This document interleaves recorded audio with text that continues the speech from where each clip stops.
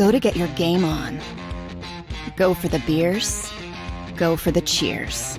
Go for the hit and the hits.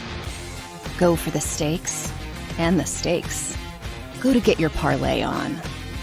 Go to get your party on. Go for the scene. Go for the screens. Go for the gallery. Go for the win. Go to Ocean. Visit theoceanac.com to plan your visit. Philadelphia fans, we're cut from a different cloth. Born into a brotherhood and bonded to our team for life. We believe anything is possible because we've witnessed the impossible. While we may be from different neighborhoods, come Sunday, we are one, and we will be heard. Pondley Hockey, official partner of the Philadelphia Eagles.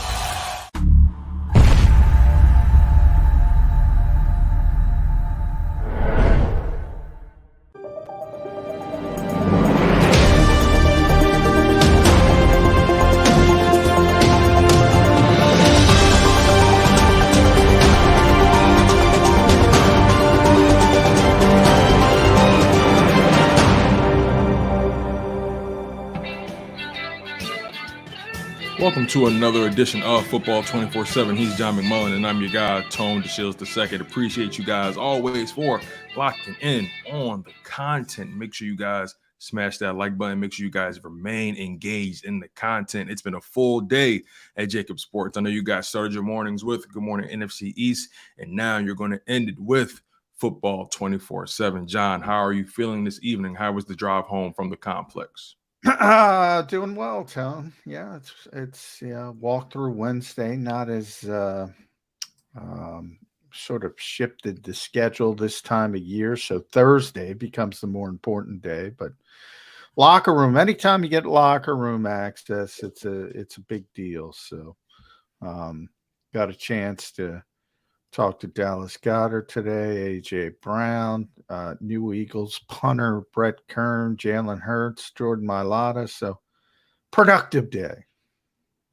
So, Dallas Goedert, you brought him up, and there's a few injuries that people are concerned about, right? Obviously, Reed Blankenship went down with his knee injury. Aaron Sipos is on IR. Dallas Goedert, can you give us an update on his status? And also, could you provide an update on Lane Johnson's status as well? Yeah, I talked to Lane as well for a little bit. Should have mentioned him. He again, they had a walkthrough today, so it was an estimation of practice, and Lane was limited and said, there's a chance he can play. He thought he could finish the game against the Giants if it were a closer game. If it were a playoff game, he probably would have fought through it, but there was no need to finish off that particular game at that stage with the Eagles, routing the Giants. So, positive news on Lane. Knowing him, he'll try to play this game against the Bears, no question about it. And the Eagles have good depth with Jack Driscoll. I know a lot of people are saying, and they've said it with Dallas Goedert, who's going to play. I mean, unless he has some kind of weird setback in practice, he's going to be activated on Saturday at 4:00, and he's going to play in this game. And I've heard people say, wait a week and, kind of try to manipulate things because Chicago's not that good, but it's not how it works in the NFL. If you're cleared, if you're healthy, you play, and Dallas is going to be cleared. And he's been chomping at the bit to play. I mean, I saw him last week, it might have been 2 weeks ago, where he said he could be back on the field, but he broke that small bone in his shoulder, so it has to heal. Even when you're feeling good, it has to heal. So the Eagles put him on IR to keep him out for those 4 games purposefully to let it heal. And he's ready to go. So you're not going to hold him for Dallas or anything of that. Nor should you. I mean, as good as the Eagles are, remember, this is a 12-1 team, and they have a lot of good players. He's one of their best players, so it's a big deal that he's back. Yeah, I'll admit, I was one of those people who said out loud, let him get one more week resting and getting that shoulder just right and unleash him on Dallas. But you brought up a great point. This is the NFL, and at the end of the day, these guys want to get their game checks. And if a guy's healthy, you're going to send him out there. Same thing with Lane Johnson. I had some doubts about him playing, but like you said, you made a good point. The bottom line is these guys get paid to do what they do, and if they're ready to go, they're ready to go. So, Yeah. I'm curious, with bringing Dallas Goedert back. Well, as a matter of fact, before I move too far, have you heard any updates or have you gotten a timetable for Reed Blankenship? 1 week, 2 weeks, 3? I know they're not going to put him on IR, so. Yeah, I mean, Nick doesn't like to put timetables on people for good reason. I mean, that part, I think he's a little bit too clandestine when it comes to injuries. But I do get the timetable part of it because you don't want to put pressure on players and put some kind of expectation. And now I remember Darren Sproles when he had during the Doug Peterson era, he had what was described as a strained hamstring, and he wasn't back in a couple weeks, wasn't back in 3 weeks, wasn't back in 4. Ended up missing 8 or 10 games, and there were a bunch of fans saying, "Why wasn't Darren Sproles, who might have been, not might have been, was the hardest worker as far as the weight room on the team?" I always joked that Darren Sproles, pound per pound, was probably the strongest player on the Eagles. Nobody works harder than Darren Sproles in the gym.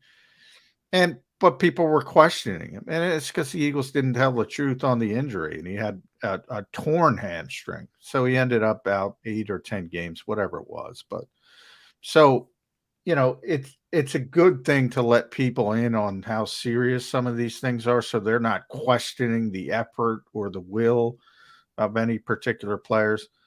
But on the other hand, the timetable, if you say, oh, he's going to be out 3 weeks and then he's not out 3 weeks.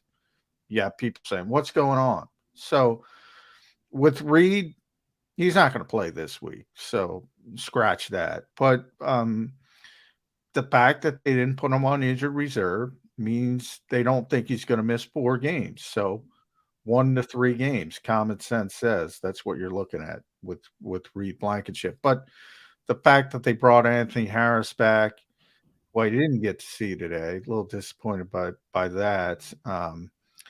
Tells you it's probably going to be 2 or 3 games would be my guess.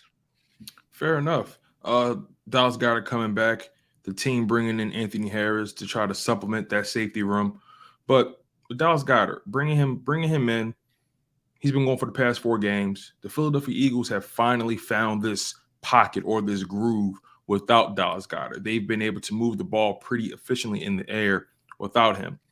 I'm curious to know, how do they ingratiate him back into the fold as far as the game plan goes, and how do they try to maintain continuity just with their level of success these past few weeks? And that's not to imply they're better without him, but again, a guy coming in, they're starting to find this groove in the air.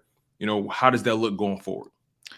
No, the Eagles aren't worried about getting Dallas Goedert back into the offense. I mean, he's a guy, like I said, I put him as the number 1 player on the Eagles in my preseason top 25. I remember that. Not just as a pure football player. Obviously, there's more important positions, starting with quarterback. Then you go to edge rusher, corner. So, but just being good at your job, Dallas Goedert is, if he's not the best player on the Eagles, he's on a very, very short list for being the best player on a 12-1 team. So that kind of tells you how good. The last couple of weeks, I think people don't realize how banged up Tennessee was, how banged up the Giants were. Tennessee's a good team, not a great team, but a good team, a legitimate playoff team when they're healthy, but they were really banged up coming in here. The Giants are not talent-wise, they're not a playoff team. So you give Brian Daboll a lot of credit for that start that they had, that 6-1 start. it started coming back to earth a little bit, and now they're banged up on top of it. So they're just really bad right now. So if you look at these last 2 weeks, the Eagles deserve credit for handling their business, but I wouldn't get. Is it fool's gold, John? These past couple weeks? I'm not saying it's fool's gold because it's not their fault that Tennessee's injured, the Giants are injured. But I wouldn't get too excited and thinking because they were able to persevere with Jack Stoll and Grant Calcaterra against two really banged up teams and put up some big numbers. That doesn't mean they don't need Dallas Goedert. They know they need Dallas Goedert to go where they want to go. And it's one of those things. I always tell people one of my favorite stories ever, and I don't know if I've told it on the show. I've told it a bunch. I don't know if it was pre-tone.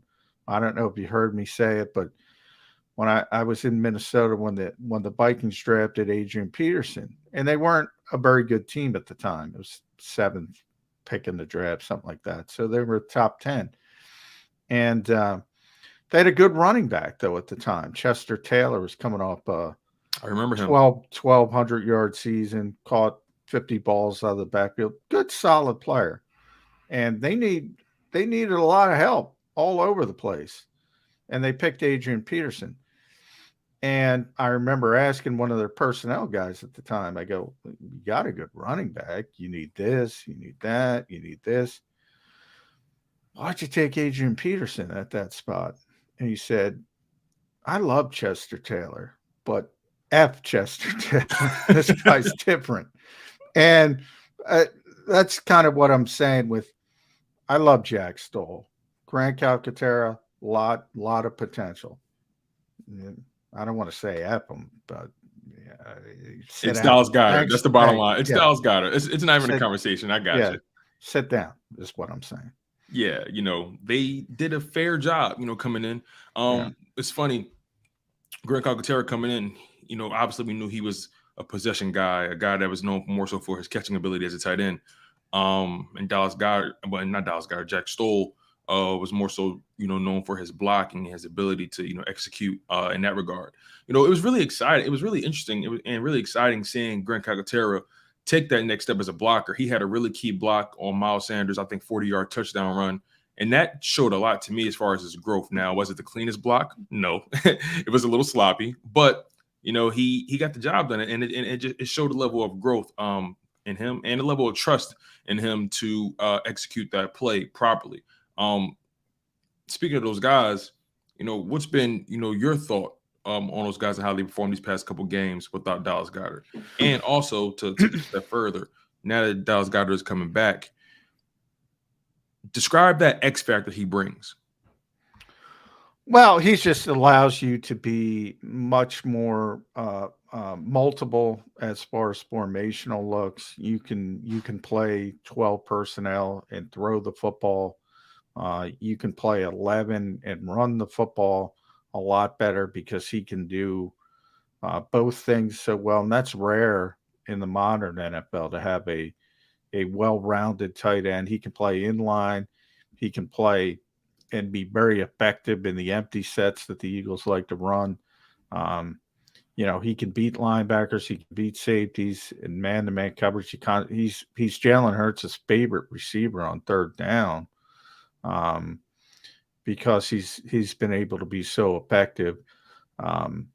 He's just a difficult matchup. And he doesn't tip what you're going to do. The Eagles have been, since he's been out, the Eagles have been really, really, until the Giants game, really heavy 11 personnel team, 3 wide receivers. They skewed really heavily to 11 personnel because they didn't want to play 2 tight ends.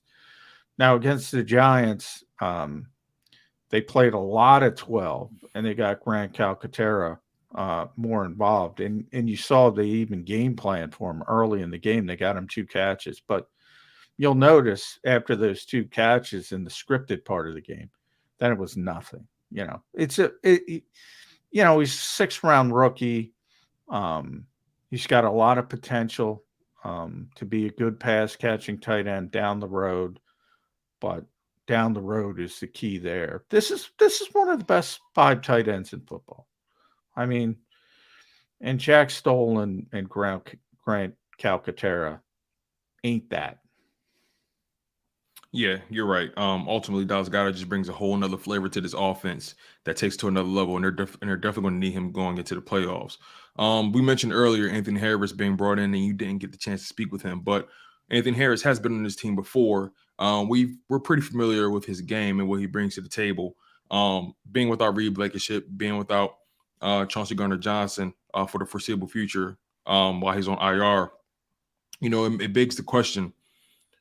Who gets to start versus the Bears? Who gets to start versus the Cowboys between Anthony Harris and Kevon Wallace? I don't feel the most secure in either of those guys, if I'm being completely honest. But, and this is no slight on those guys. This is just what we've seen. Anthony Harris, he's an aging veteran. Kevon Wallace, he's a young guy who hasn't really been able to take that next step in his development. But, again, who gets that start against the Bears? Who's going to be able to rise to the occasion? How do you, at least by your estimation, right? How do you prevent these guys from being a liability? Well, that could be a problem. Probably not until you get to Dallas, though. I mean, one of the things, I said coming into this stretch that the Eagles just finished. Well, actually, they'll finish it with Chicago. There was a lot of angst about stopping the run with Jonathan Taylor and Aaron Jones and Derrick Henry and Saquon Barkley, and now in a different way this week with Justin Fields as a quarterback who can run. There's a lot of angst, and the Eagles did a really good job with the traditional running backs. Now we'll see with the quarterback. I thought in hindsight, it was probably the best time for that to happen because you didn't have Avonte Maddox for the majority of that run. You got him back for the Giants game. And then you don't have CJ for part of it. And you had to go to an undrafted rookie and Reed Blankenship, and now Reed is hurt, and you're down to Kevon Wallace and or Anthony Harris. But they were not facing teams, and they will not face a team on Sunday that can take advantage of that. They don't throw the ball well. None of those teams throw the ball consistently well. So until you get to Dallas, you're probably not going to see the test where somebody tries to take advantage. In that case, when you get to Dallas, Avonte's back. So it'll be more just the safety position and whomever they go with. This week, it's going to be interesting for a couple reasons. One, Kevon Wallace, the strength of his game is run support, more of a box safety than a coverage safety. The Eagles don't want that long term. They prefer coverage safeties. But for this particular week, it might work because, again, Justin Fields, for those who don't know, not a good runner, phenomenal runner. He's a very young quarterback, but you can already say this is one of the best running quarterbacks ever. That's how good he is. He's already set the NFL record, the regular season record for rushing yards in a game. The Bears don't have much else. They don't have weapons. He's not consistent throwing the football yet. So you might feel comfortable going with Kevon Wallace. When you get to Dak Prescott, you're going to want more of the coverage safety, and that would be Anthony Harris. Further complicating matters, though, is the Eagles only have one open roster spot, and they have 2 practice squad elevations. So Dallas is going to get the open roster spot. That's why they created it. Then you have to elevate Brett Kern because he's on the practice squad. You need a punter, even though they might not punt much. You need a punter. And then they only have one more. Christian Ellis has been a godsend on special teams. Absolutely. He's not on the 53. You got one more elevation until you got to put him on the 53. I would want him elevated, and I would wait a week for Anthony Harris. That would be my strategy. It's going to be interesting to see what the Eagles' strategy is, because they might elevate Anthony Harris and say we can get through without Christian Ellis this week and maybe wait to use the third elevation on him for Dallas. So they can go a lot of different ways.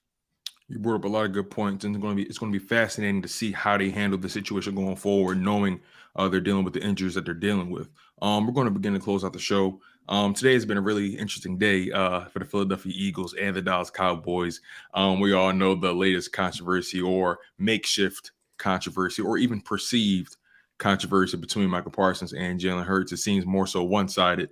But obviously, we all know the story. Micah Parsons had his words for Jalen Hurts in terms of his MVP candidacy on the Von Miller's podcast on Bleacher Report. A really good show, by the way. But I don't want to go too deep into the details of what he said. We all know what that was. I want to really keep honing on how Jalen Hurts responded, and he responded in typical fashion. I'm pretty sure you were in the room. I think he got 5. Yeah, I think he gave 5 words on it. Exactly. I think 5 words exactly. But I bring that up to ask you, Jalen Hurts being the man he is, being the player he is, how he responds to adversity, how he responds to criticism, so on and so forth. It makes me think about his post-game press conference, after they beat the Giants. And one thing that stood out to me is he said, "I wear my scars everywhere I go." Speak on that aspect of who he is, the criticism he's received throughout his career, and just even how he's responded to that criticism thus far this season. And then we'll close on that note.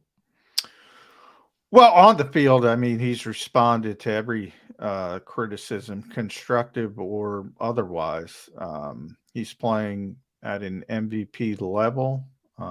Whether he is the MVP is kind of secondary, because the Eagles have bigger goals than individual goals. And, you know, if you're second in the MVP voting, well, guess what? You're still pretty damn good. So I think, you know, fans get caught up in that stuff. And, you know, I saw the Micah thing and I said, this is a nothing burger. This is, you know, if he said Jalen Hurts carries this team, you know, Eagles fans would be incensed at the disrespect of I didn't think about it like that. That's a very offensive line, A.J. Brown, Miles Sanders, Dallas Goedert, everybody else he said. And by the way, Cowboys fans are probably pissed off at Micah because he's talking about how good the Eagles are. Best offensive line. AJ's great. Devontae's great. Miles is great. And by the way, he said Jalen was a good player too. It's, you know, this is why Nick Sirianni would recommend don't do this stuff, because you can't control other people's perceptions. You can't. You can say what you want. And only Micah Parsons knows firmly what his point was, but people are going to run in 17 different directions with it. And a lot of people took it as disrespect to Jalen Hurts. I don't think Jalen cares. I think I know him well enough. I think, you know, the ironic thing to me is, Tone, if you ask Jalen Hurts, he would say the same thing that Micah Parsons said. I have the best offensive line in football. He says it all the time. A.J. Brown, you know his respect for A.J. Brown. It's one of his best friends. You know how much he loves Devontae Smith. You know how much he loves Dallas Goedert. You know how much he loves Miles Sanders. He would say the exact same thing, which I think is the ironic part. You know, ultimately, this team goes as far as Jalen Hurts takes them. And like you always say, they're not a run-first team. They're not a pass-first team. They're a Jalen Hurts first team. And we've seen that throughout the season. We've seen that game by game, series by series, snap by snap. And Jalen Hurts accounts for a lot of this offensive production because the ball tends to run through him 9 times out of 10, rather it be the RPO, passing the ball, running the ball himself. Jalen Hurts brings a lot to the table. And, you know, I don't think a Micah Parsons soundbite changes that narrative. So, John, as always, I appreciate you for taking the time out. I know you're an extremely busy guy. covering the Philadelphia Eagles, not just for Sports Illustrated, but also covering it for JAKIB Sports. If you guys want more from John McMullen, make sure you guys smash that like button and make sure you guys are subscribed to JAKIB Sports, and also make sure you guys go check out John's writing on jakibsports.com. That's JAKIB Sports.com. I'm your humble host, Tone DeShields II, and as always, I'm joined by one of the best Eagles writers in the city, John McMullen. This was Football 24/7. Take care, you guys, and fly Eagles fly.